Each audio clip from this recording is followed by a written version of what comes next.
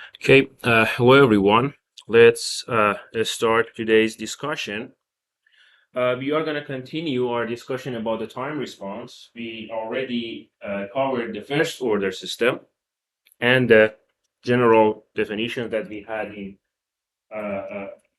time response analysis. Today, we are going to talk about the second order system. We are going to see some example, and at the end, we are going to talk about the concept of the eigenvalue and eigenvectors and see how they can help us to analyze a system and find the time response of a system. Now, uh, as it's obvious with the name, second order system or the system that you have like in electrical engineering or any type of actually engineering system and physics system, when you have two energy saving component. In electrical circuit is going to be like L or C inductor and capacitor, and when you have like two energy saving component, then you have a second order system. Now, we went before about what would be the transfer function of a second order system, and we had like a general idea, the general form of a second order transfer function when we were like talking in the chapter 2. And as you can see, the general form of a transfer function, help me please.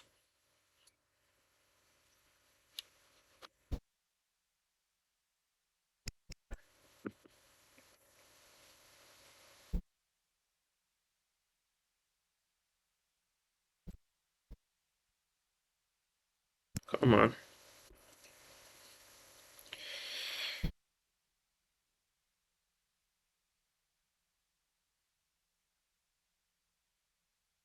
What's happening? Okay. The general form of a transfer function is going to be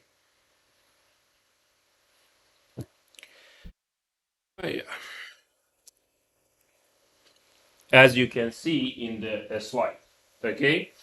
Now, one thing that I want you to pay attention is the nominator of the standard or like general form of a second order system, and it's the fact that the nominator and the constant value in the denominator should be equal to each other. So you have a standard form of a second order system. Now, if they are not equal to each other, is a simple kind of like mathematic trick that you have to like change the denominator by adding a coefficient, a constant coefficient to the whole transfer function. Is that clear?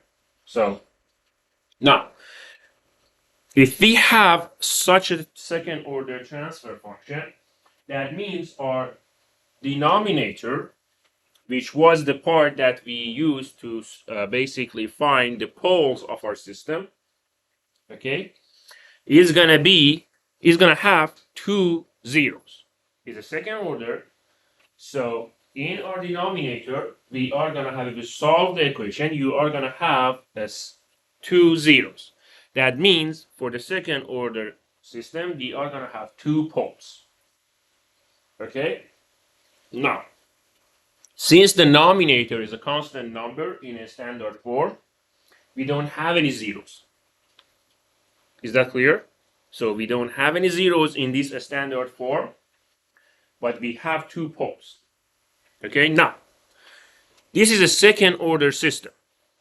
In the second order system, as you remember, when you learned about the solving the second order equation, there are several kind of like situations that could happen when we have those zeros. Either the numbers are in a way that we have two real number as zero. An example of that is what we have here. When we have 9 over s squared plus 9s plus 9, okay? If you solve that denominator to find the zeros, you are going to see we are going to have two zeros, and both of them are real number. Are we good? Now, if we have two real number two real number as our poles. Okay, this situation we call it overdamp, and the transfer function, as you can imagine, is gonna be, we have our input, which is 1 over s, so you are gonna have a pole in the 0 because of the input, so we are gonna have 1 plus a certain coefficients which you know how to find. We talked about that before, e to the minus 1 of the poles, and then another coefficient, e to the power of other pole, the second pole, time t. Are we good? So you know how to find it. Now, as you can see, we have two exponential, decreasing exponential. There is a minus value that is multiplied by t in the power of those exponential. So they are decaying exponential. Okay, so we have two. Therefore, this is overdamp. Are we good? This is why we call it overdamp. So if we have two real number, okay, as our poles, we have overdamp, meaning we have our input, the steady state, and two exponential decay. Now, what would happen if in our system we solve for the values, for the s's, for the zeros, or zeros of the denominator, which are the poles, and instead of real number, we have two complex number. Now, I want you to pay attention. There is, we are going to have different situations when we have two imaginary number and two complex number. When we say complex number, there is two terms, real part and imaginary part. Okay, so do not mistake them for each other. So, if our poles are two imaginary numbers, like the example that we see here, okay, then we call this situation underdamp, okay, and since we have an imaginary number, so our s1 and s2 are a certain real number plus minus certain like imaginary number, if my screen works with me, okay, we are going to have two type of response. One would be based on that real number that we have, that real number that in the poles we have, okay, and that's going to be our decatur. We already know if we have a real number, is this working? If we have real number in our poles, that means a decay. But what it means if we have, God's sake, we have an imaginary part in our poles too. Anyone can tell me what an imaginary pole means, or any type of like imaginary component in a response? Do you remember anything about the AC circuit analysis? Now, let me remind you. When you have an imaginary number, an imaginary value in your poles, okay, you would experience a certain amount of oscillation. Imaginary number means you have a sine, cosine, sine or cosine or both, okay, in your response. So when you have a complex number, that means you have two packets of response. One is the oscillation, which show itself through a sine cosine value, okay, a sine cosine function, and another one is that real part, which is a decay package. So what's going to happen? You are going to end up oscillation that would decay. Are we good? So we call this one underdamped. This is one example for this. If you find the zeros, you are going to see the zeros are -1 plus minus square root of 8, j square root of 8. Okay? And that means this square root of this number, that imaginary number, is going to be the frequency of your oscillation. So it's going to be what inside the cosine, which is multiplied by t. And that real part, that -1, you can imagine from our previous discussion, is going to be what is in the power of your exponential, which defines how fast it would decay. Are we good? Remember, if you have a complex number, S1 and S2 are going to be conjugate of each other. So it's going to be a real number plus minus an imaginary number. Listen. Where did the root 8/8 come from?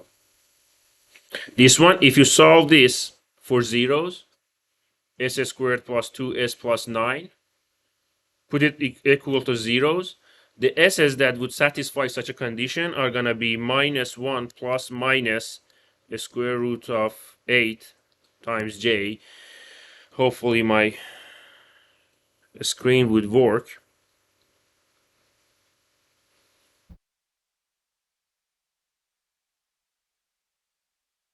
I don't think that's, I don't know why when I can connect this to the monitor it would get super slow. Now you can see the zeros. This is the real part, this is the imaginary part. So it's gonna be -1 plus minus a square root of 8 times j. If you solve this equal to 0, you are gonna get these two s's that satisfy this condition. Did I answer your question? Yeah. Okay. So when you have two complex numbers, we call it underdamped. That means you have an oscillation that would decay. Are we good? Now,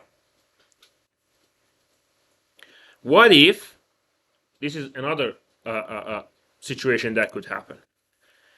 What if we have a second order, like an example that we have here?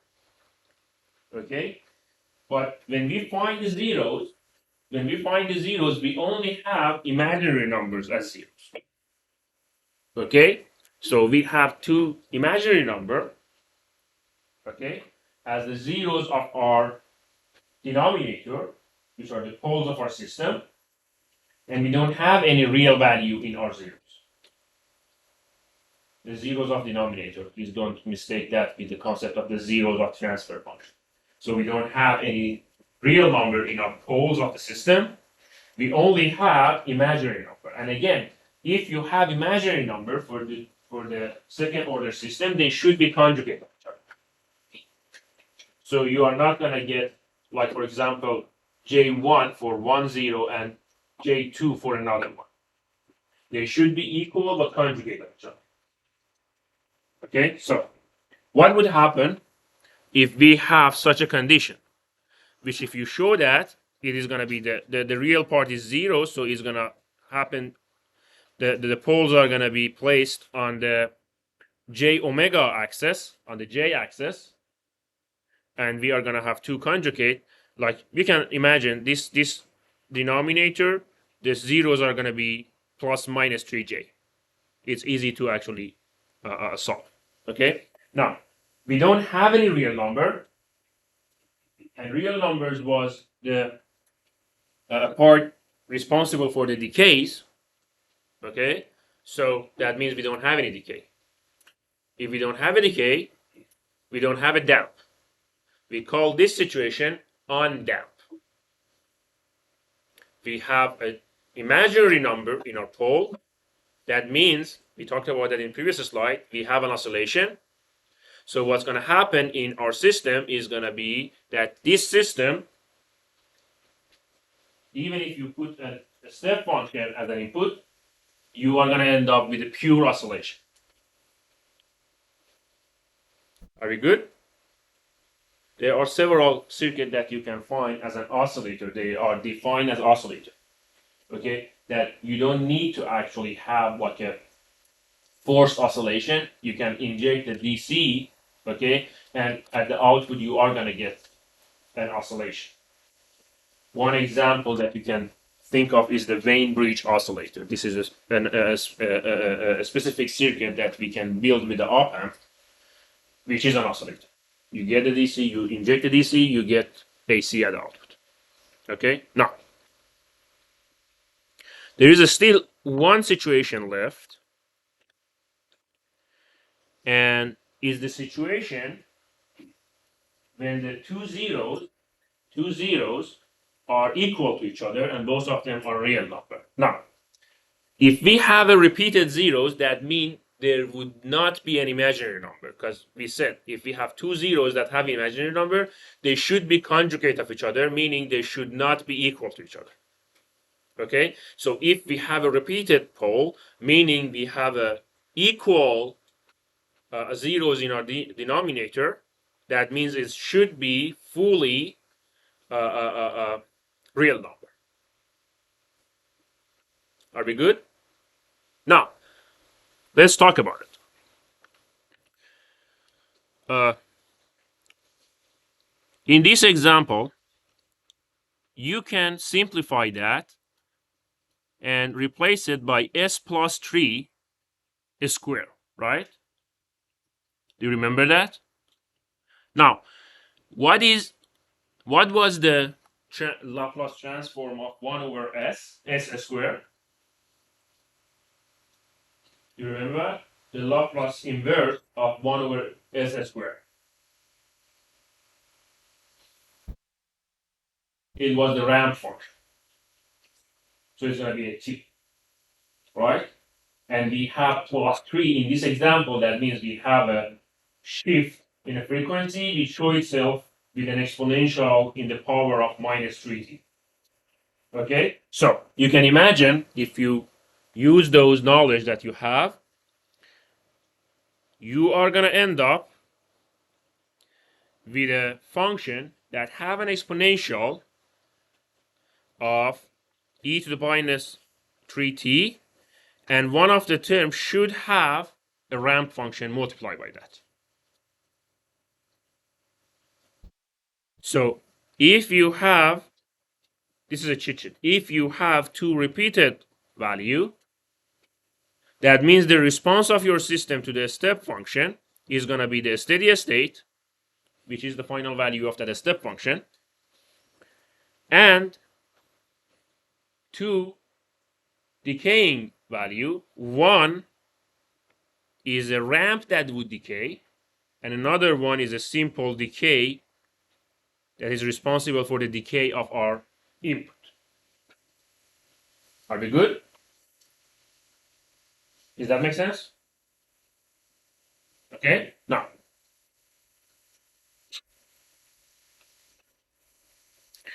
this situation, we call it critically damped. Any questions so far? So we had 4 situations when we talked about the second order system. Overdamp, underdamp, undamp, when we only have oscillation, and critically damped. Any question about that? These are the 4 states that could happen when you have a second order system. Now, let's look at this example.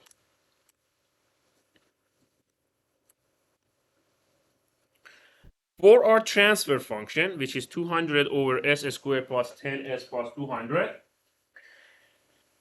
and the input, which is a step function 1 over s, our output, you already know how to find it, is going to be input times the transfer function. So we have 1 over s times that transfer function. Our output is going to be such an equation: 200 over s times s squared plus 10s plus 200.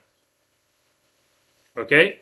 Now, you already know that you simply can, and actually should, separate the two terms that are multiplied by each other. So we could use the Laplace inverse and the linear characteristic of Laplace inverse, which is somehow the same as superposition that you probably learn in the circuit analysis. And if you do that, you are gonna find two terms, okay? And you can simplify it. And create two equations. Now, solving this specific denominator, if you solve for that specific denominator, for the zeros of the denominator, which are our poles, you would see that we are going to have two complex number equal to the minus 5 plus minus j 13.23. These are the zeros of this denominator. It's a simple math to find. Okay, now, we already said that. What would happen if we have two complex numbers as our zeros? We are going to have an underdamped situation. You actually don't need to go to the trouble of getting a Laplace inverse from those crazy situation. Okay, so look at this. You are going to find that, okay, you have in a steady state, which is given because of our what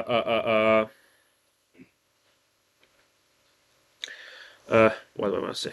Because of our step function plus a coefficient, which here we have minus 1, okay? E to the power of the real part, which is e to the power of minus 5t, and we are going to have an oscillation package, cosine and sine, okay? Which the omega, the angular frequency is not f, it's omega, is going to be the imaginary number. Now, this 5 times the square root of 7 is the same as 13.23.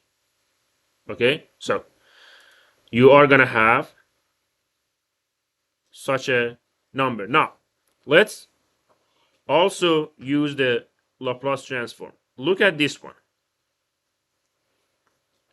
Let's say that minus s minus 10 over s squared plus 10s plus 200.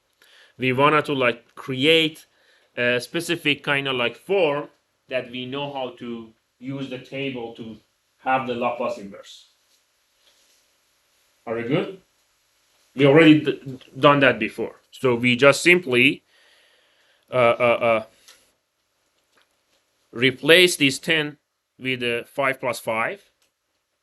And we are going to have, this is minus. So we are going to have such a 4 in our denominator. Now we can simply separate this part, that s plus 5 over the denominator and the 5 over the denominator. Are we good? Now, look at this part. We have s plus 5 over s plus 5 squared times 5 square root of 7 square. If you use the Laplace transform, what is the Laplace inverse of this function?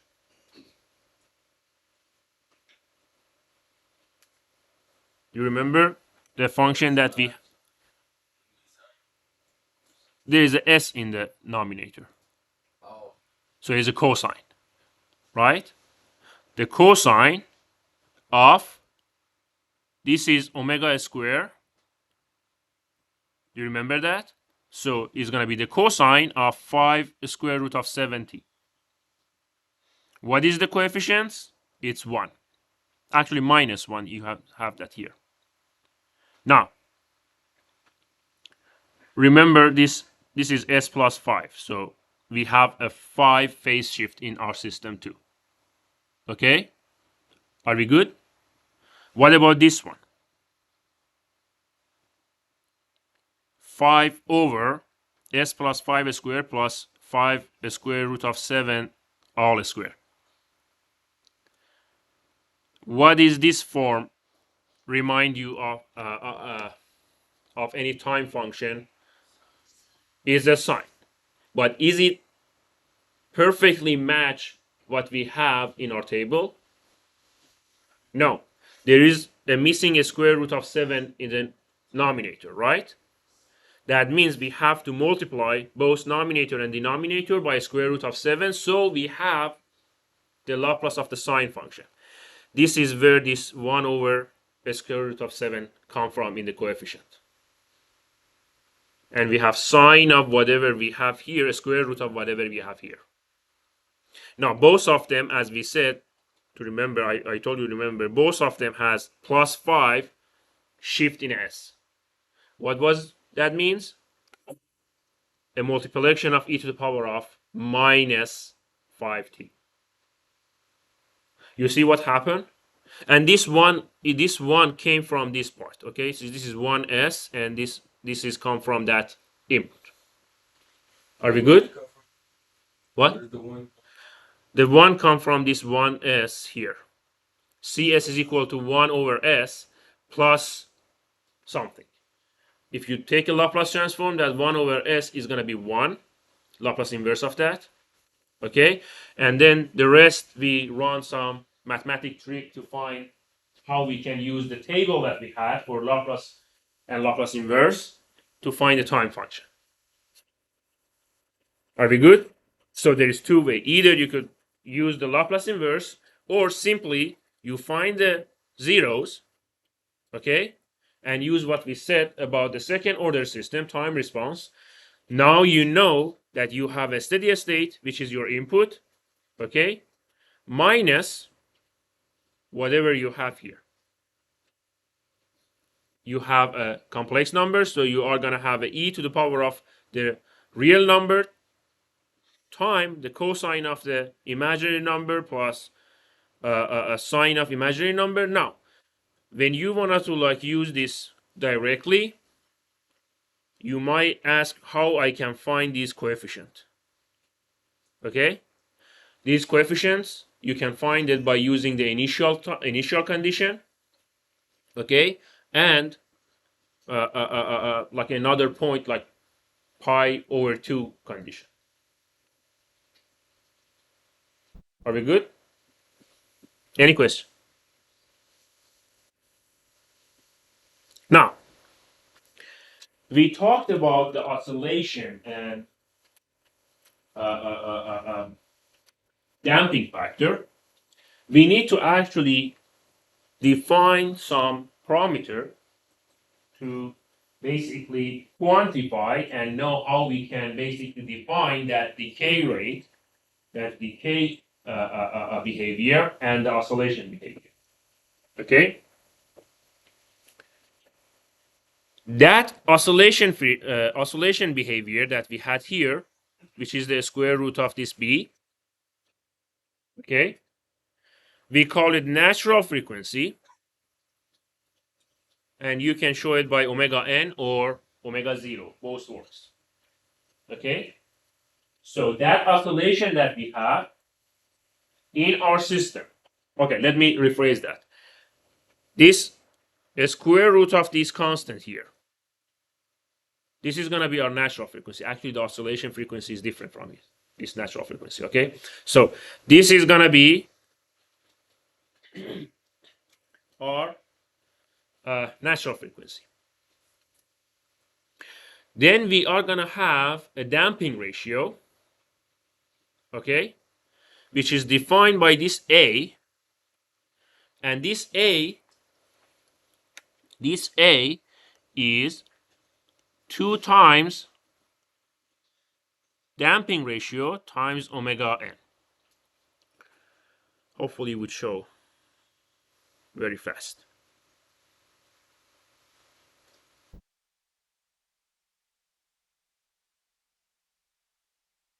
Are we good?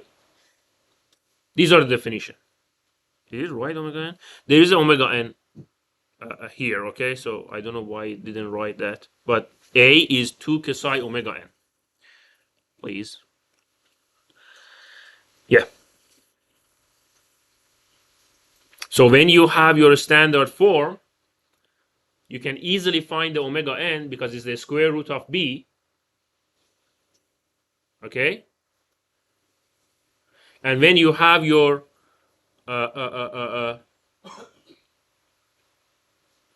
omega n, you can use that a coefficients to find the psi, which is, we call it damping ratio. Now, you know omega n is the square root of b, so you can replace that by a square root of b, so you know how to find that using the standard form. So basically, the psi is going to be that a divided by the 2 times the square root of b. Make sense? Now, these are the definition. The natural frequency give us the oscillation frequency. Okay, you might heard about the resonance frequency too. This is the same as natural frequency. Okay, so we are gonna have, based on that natural frequency, we are gonna find our oscillation frequency. Okay, and the damping ratio is basically a coefficient that shows us how fast our system would damp. How fast the system would damp. Let's go over this example. This is our example. If we show it with a standard form, okay, we said that denominator, which was b, is the omega n squared. Okay, now that we define the natural frequency and damping ratio, we are going to use those instead of that a and b. Okay, so our nominator is going to be natural frequency square, and our denominator is going to be the s square. Remember, in a standard form, always the coefficients of the s square is 1. Okay, plus 2 psi omega n, which we see it is the same as that a that we saw before. So 2 psi omega n s plus omega n square. Okay, this is natural, omega n is natural frequency. We define that. Psi is the damping coefficient. Now, you might see in a terminology in the textbook something named damping ratio. Is different from damping coefficient. Okay, damping ratio is defined as psi omega n. So psi is damping coefficients. Psi times the natural frequency, psi omega n, is damping ratio.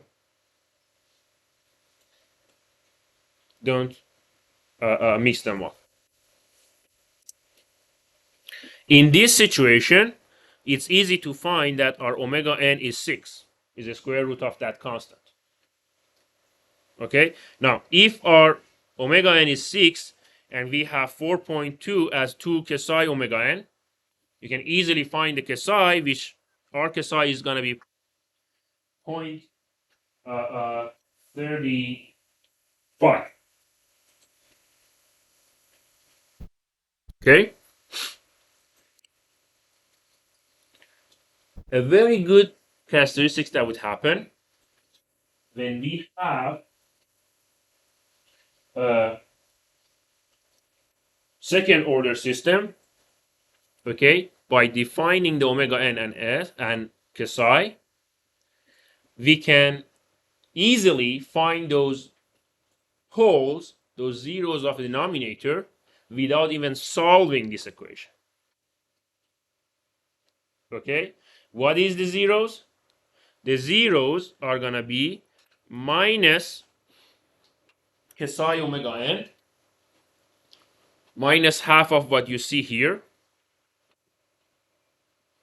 Are we good? The coefficient of s divided by 2 is going to be the real part minus real part of your poles. Are we good? And the imaginary part, plus minus, there's a j here, sorry.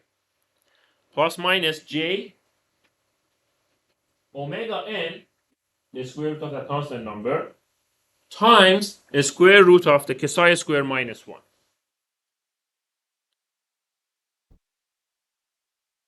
Okay? Now, I want to ask a question. We are going to see that in an upcoming slide, but I want you to kind of like think about that. We had several situations. We had several situations, 4 situations actually. One was under them when we had two conjugate complex as our zeros, as our poles of a system. Do you remember? When these zeros are going to be two conjugate complex, what condition would result on S1 and S2 become two conjugate complex number?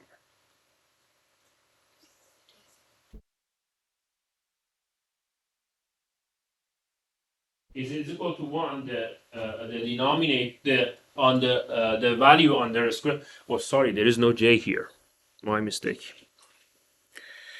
I went ahead of myself. Please work with me. Okay, I went ahead of myself. Now it's not there. It's no there. Now, if you said psi is equal to 1. If the psi is equal to 1, the what's under square root is going to be 0. So that second term is going to be 0. So you are going to only have minus psi omega n. So S1 and S2 are going to be equal to minus psi omega n. Okay? So you don't have complex number. It's going to be one real number. So this is actually when you had two repeated poles equal to each other. Now, when we are going to have two complex numbers that are conjugate of each other, what condition would satisfy such a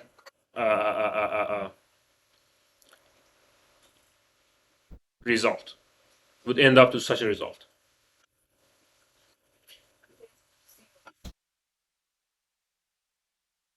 You need to be more general. 0 is one of the conditions, but you need to be more general. Size less than.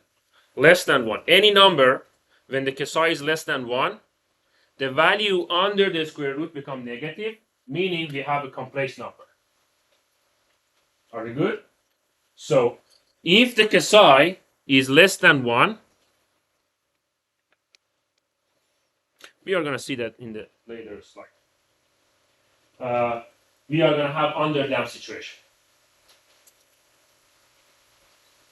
What if your first situation? What if the psi is equal to 1? What happened then?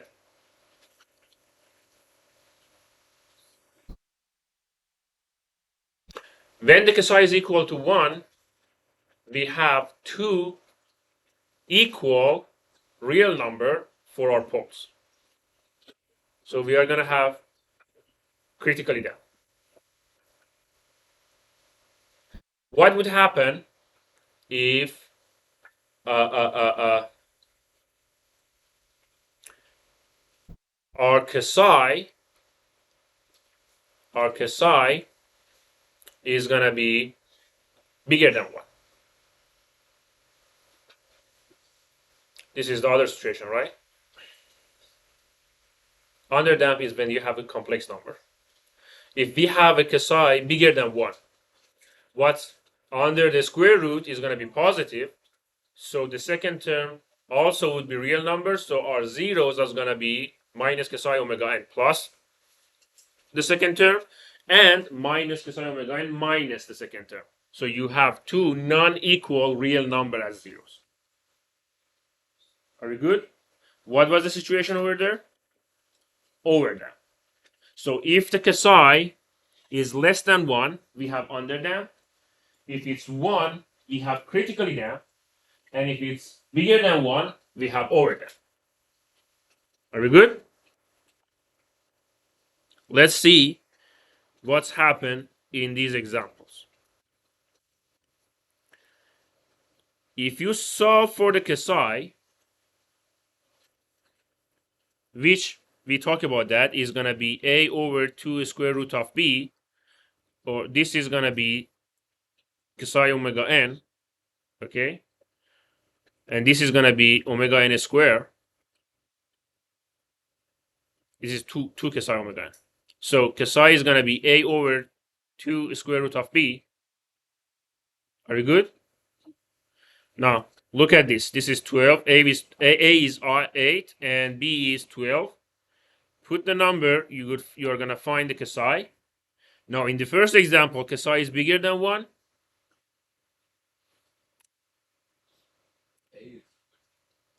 A is the one that is multiplied by s. Do you remember the first standard situation that we talked about?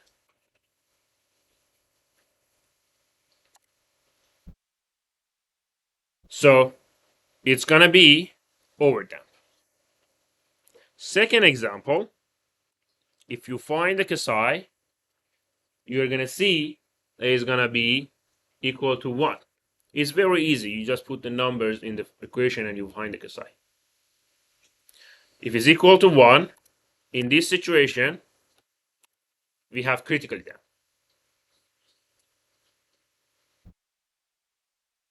Any question? No? And the third equation, if you find the psi based on the denominator, you're going to see is going to be less than 1. So it's under that. We good? Now, tell me what are the zeros of the third option. You don't need to do the calculation. What are the zeros of the third?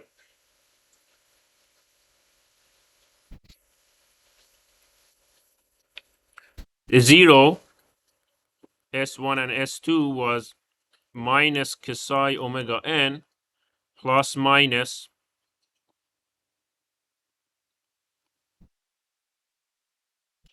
oh, for God's sake.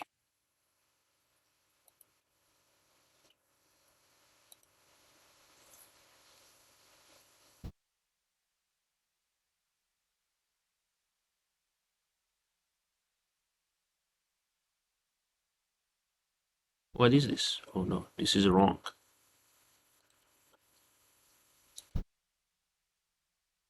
What's happening to my computer?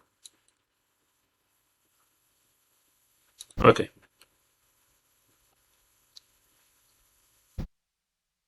Where were we? Here.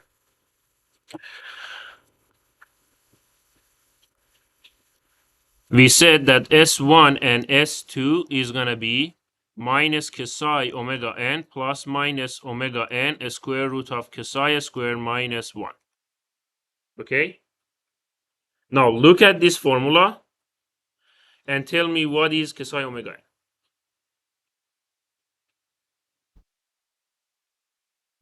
What was this number in a standard form? It's 2 times psi omega n. So very simple.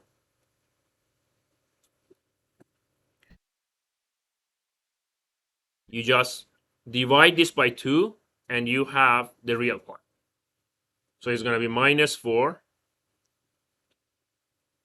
plus minus,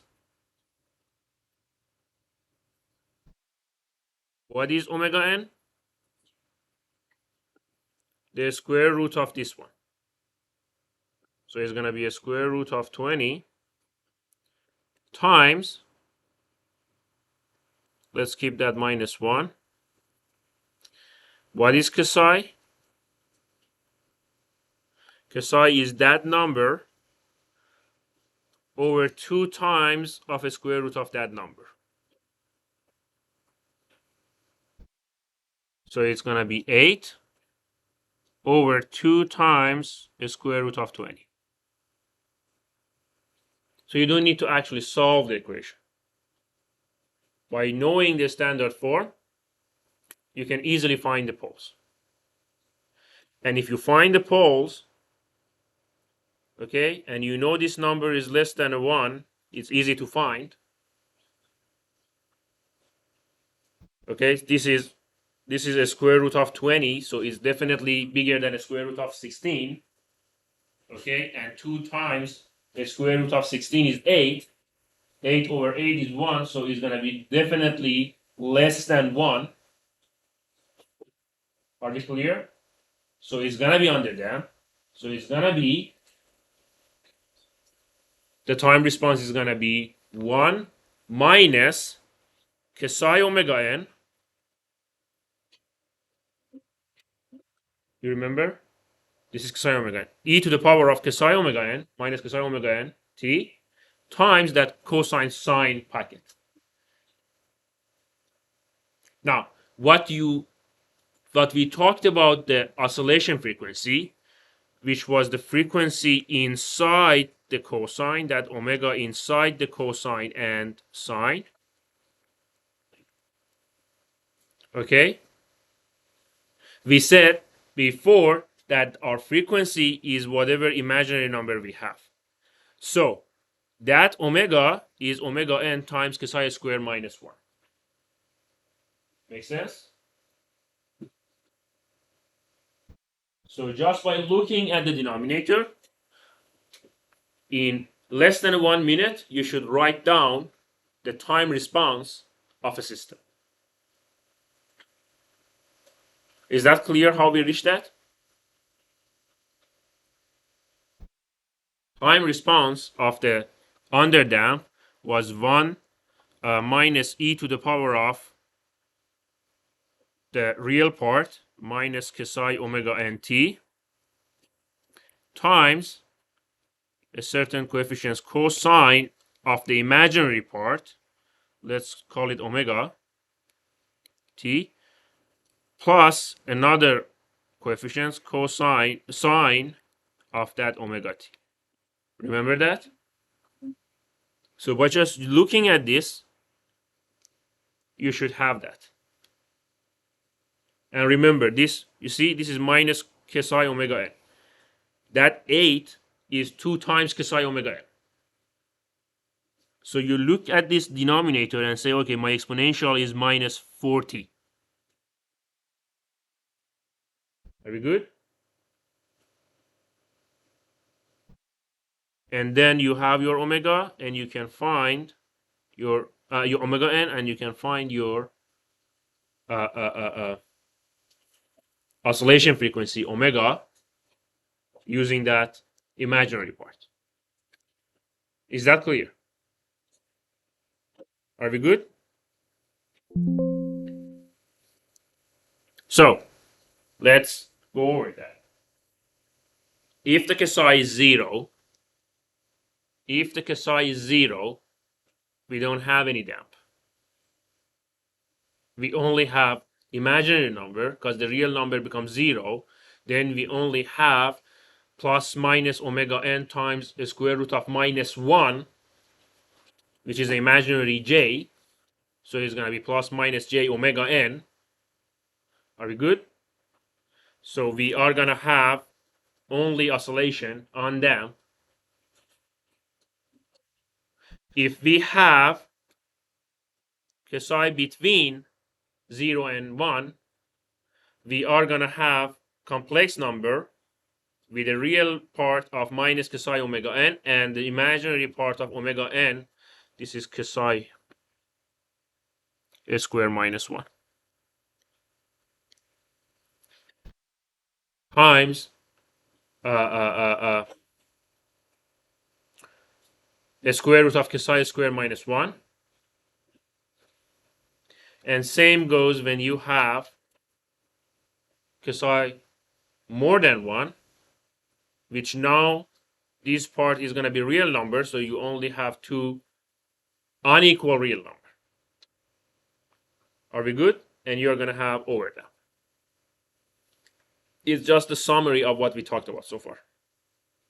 Any question?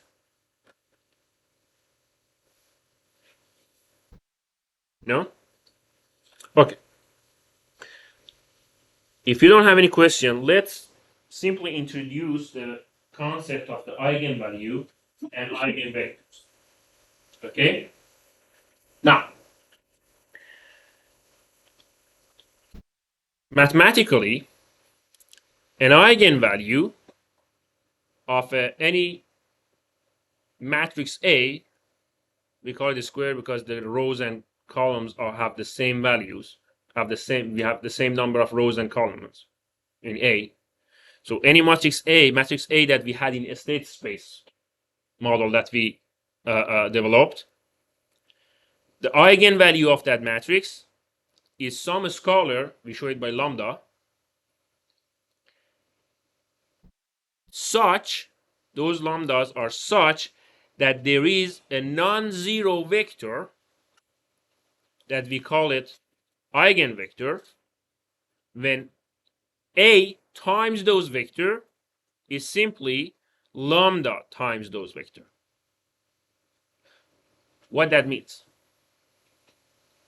That means that A matrix, which if you remember, it was the matrix that would define the characteristics of a system alone. No input. System alone. Okay? If we have any type of vectors as our state variables, it could be voltage across capacitor or current of inductor. Okay? If we have any type of state variable, if we multiply by A, if you remember that there was AX plus BU, right? This part, A times those state variable, which we call it vectors, okay? If that is simply a constant number times that vector, that means that A only stretches out that specific vector. Then we call this lambda eigenvector, eigenvalue, and that specific vector, okay, eigenvector. Is that clear? Let me rephrase that. We have a system that we represented by A. Okay, we can have numerous type of state variable as a vector that system would affect on it. Okay, are we good so far? Now, there are some state variables, which we call it eigenvector, that if the system acts on it, it just stretches out, okay, the vector. It doesn't change the direction of the vector. It's just multiplied by a coefficient. No other change. Okay, those vectors are eigenvectors, and those coefficients of the stretching that the A cause on those vectors, we call it eigenvalues. Are we good? Now, if such a condition applies, we can find, you can solve the matrix, we can find the eigenvalues by simply run a determinant out of that A matrix minus lambda I matrix.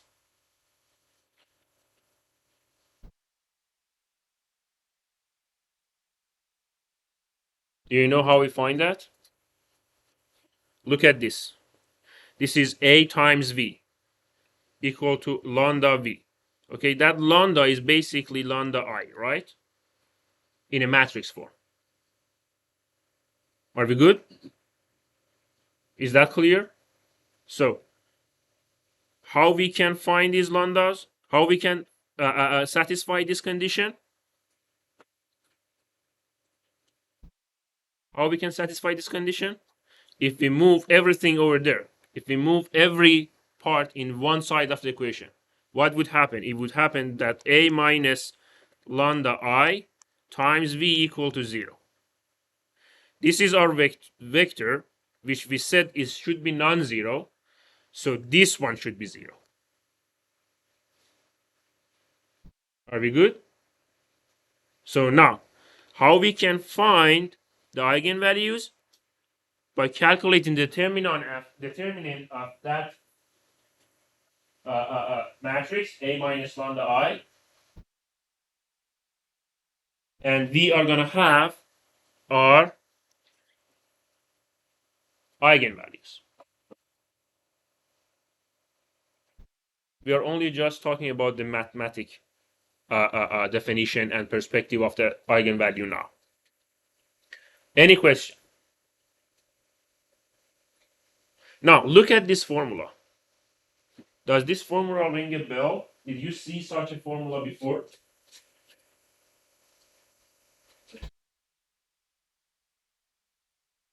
What was that? In this class,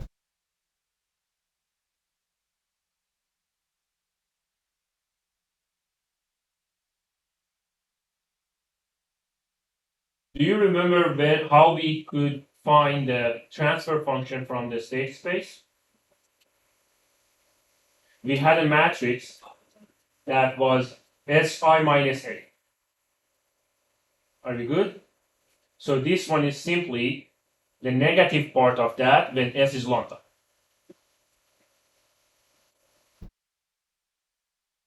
Good?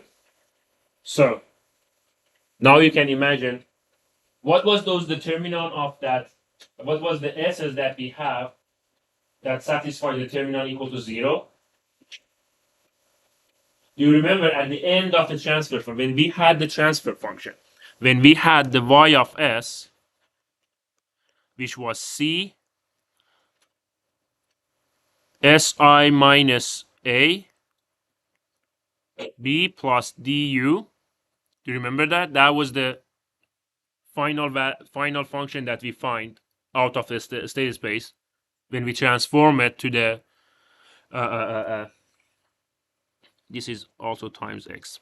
When we transform it to the transfer function, to the Laplace form. Okay? This is a transfer function, which is a certain function in a numerator and a certain function in a denominator. Are we good? This is that transfer function. Do you remember what would define that h of s?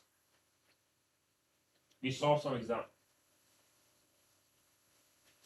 That h of s will always be the determinant of si minus a. Because if you wanted to calculate, this c was the real number, right? This b also was real number. The only s that we have is on si minus a, which was 1 over determinant of the matrix that we use to calculate that how to say that, the ancillary matrix that we used for finding the inverse matrix. If you remember, for matrix, for the 2 by 2 matrix, adjoint matrix, right?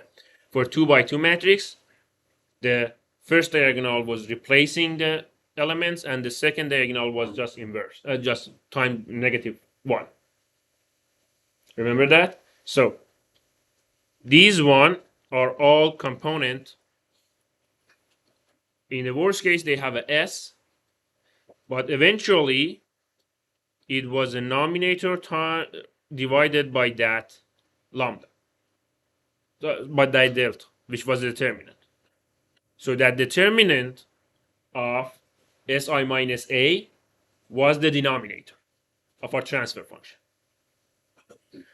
So if it is the denominator of a transfer function, what was the zeros of that denominator called? We covered that at the beginning of this chapter. What is, we had a transfer function. This is g of s over h of s. what are the s's that cause h of s equal to 0? The poles of our system. Correct? So, what would be the significance of our poles when we wanted to find the time response? That was those poles that would give us how the time response would react if we have any decay or any oscillation. Now, let's go back to this formula. Same situation goes for the lambda. It's just a negative sign times that matrix. Okay, it was S I minus A, now it's A minus lambda I. So the zeros of that determinant, A minus lambda I, is gonna be the negative value of our poles. Make sense? So those lambdas are the values that define the time response of our system. Are we good? Now, you know how to find the lambda, but we normally wanted to find also the eigenvectors. But we already know if we have the lambda, the eigenvectors are the vectors that A, B equals to lambda B. How we can find the lambda? We already see. If such a condition applies, that means A minus lambda I times that V should be equal to 0. We have the lambda, we have the A, I is just a unity matrix, and it should be equal to 0. That means all the components of this matrix should be equal to 0. Now you can find the value for V. Are we good? Does that make sense? We are going to see some example too later. Now, that was the mathematical part of the eigenvalue. I want you to understand, have like a little bit of like intuition from the physical perspective of what is the eigenvalues. Now, we said we have a linear system, okay? And we said the state variables are the variables that we define the performance of the system for the dynamic of the system based on them. X dot was equal to AX. X was our state value. We defined the response of the system or the dynamic of the system. The dynamic was A, the response was the whole thing. The Y equal to CX plus B. To D. That was the response. A was the dynamic. So the state variable are the variables that help us to define the dynamic of the system and the response of the system. But we had a condition when we wanted to define the state variable. Anyone remember what was the condition of the state variables when we want to define them? That was a very basic condition. The state variables should be linearly independent. Are we good? Now, what that means that we have linearly independent values, okay, at our system. Physically, that means we can decompose everything in our system as a linear combination of those state variables. Because the rest of the variables are not linearly independent. Only the state variables are linearly independent. The linearly independent means you cannot find a linear function that defines one state variables with the others. Does that make sense? So, like for example, you can, if you have x1, x2, and x3, there should be no function, there should be no equation that linearly you can find x1 using x2 and x3. That was the linearly independent. Now, you only have like that x1, x2, and x3 as linearly independent state variable. That means whatever is the rest of the variables, x4, x5, all the way to xn, they are all are linearly dependent of those three first state variables. So you can write all the rest as a linear combination of those state variables. That means the only variables that is actually defines the dynamic of your system are those that are linearly independent. Are we good? Because the rest could be defined or could be explained by those state variables. Now, how that would help you? When you have a complex system, okay, solving a complex system is not that easy. So one way, like we had in the, actually it was the whole purpose of the state space. We said we want to decompose an nth order differential equation to n one order differential equation. So we are decomposing our complex system to n simple system. And each of those simple systems was defined by one of the state variables. You remember that? X1 was equal to like y and to a, x2 was a dot, x3 was a double dot. Remember that? So each of those n one order equation was defined based on one of the state variables. Are we good? Now, so basically we decompose our complex system to some simple one order system. First order system. Are we good? Now, we talked about the equivalency of that state variables at those lambda, how we can an eigenvector and eigenvalues. Okay, those eigenvectors are the vectors that basically they are equivalent of those state variables.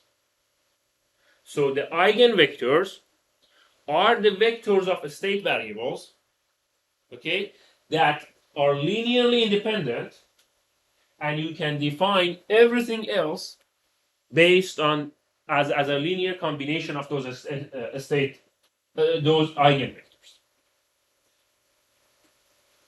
Does that make sense? Are we in the same page?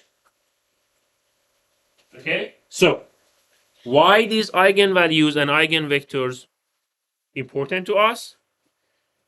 Because when you have a complicated motion or dynamic, you can simply write them as sum of those responses, that linear independent responses, those eigenvectors that you can find using the equation that we discussed.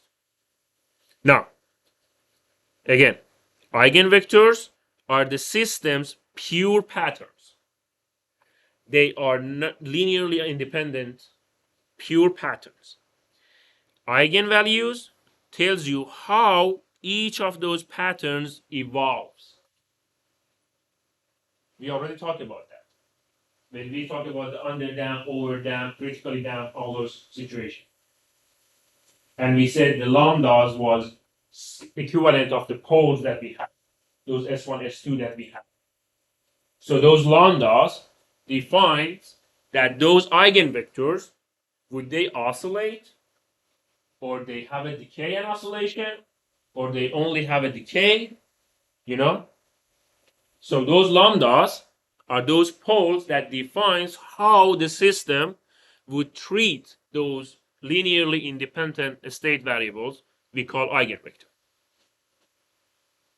Is that clear? You have to kind of like digest it, a little bit process it, okay, to fully understand, but it's very important kind of like concept. Okay, it would help you a lot. Now, let's talk about an example to see what actually the eigenvector is. Let's say we have this equation. This is the same transfer function that we had in a second order system example 2. Okay, we wanted to kind of like discuss it from the eigenvalue eigenvector perspective. Now, if you develop the state space model from this state function, this transfer function, you know how to do that. We already talked about that. This is going to be our state space model, A, B, C, and D matrix. And the D matrix is 0, so, you know. We have our A. Are we good? We have our A, so we can find our eigenvalues by using that determinant of that A minus lambda I equal to 0. So, A minus lambda I, let me actually write that function. A minus lambda I, this is going to be minus lambda. This is going to be 1.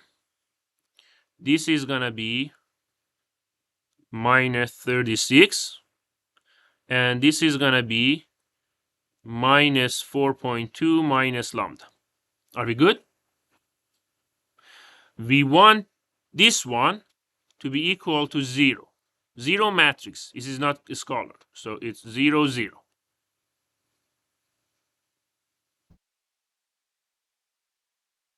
Are we good?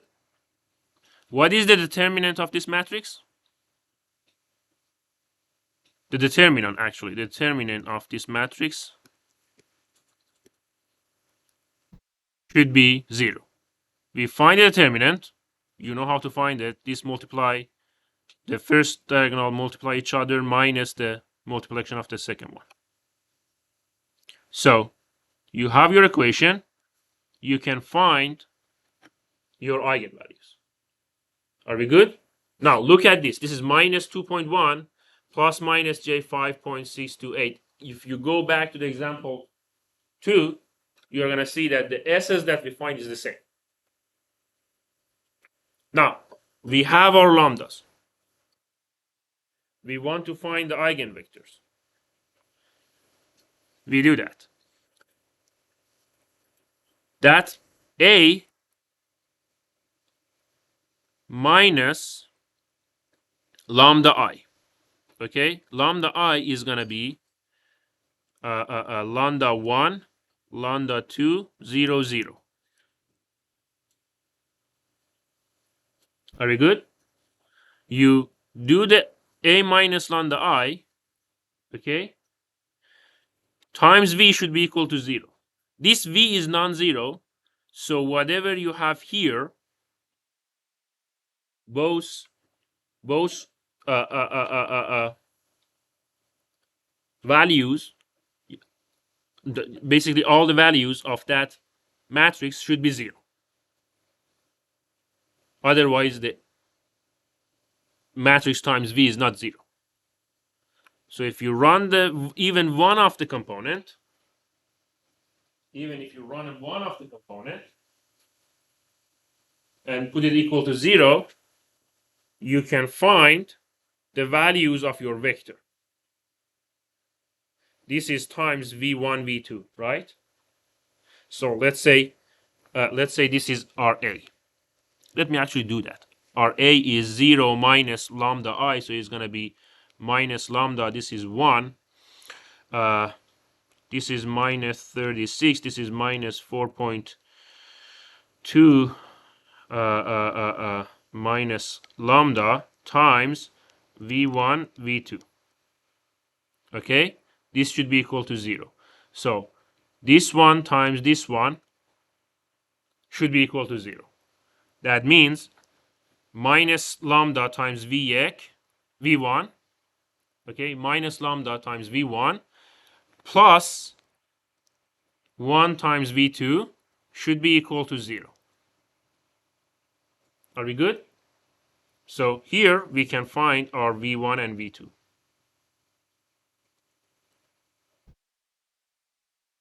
So V1, V2 should be equal to the lambda times V1. Okay? That means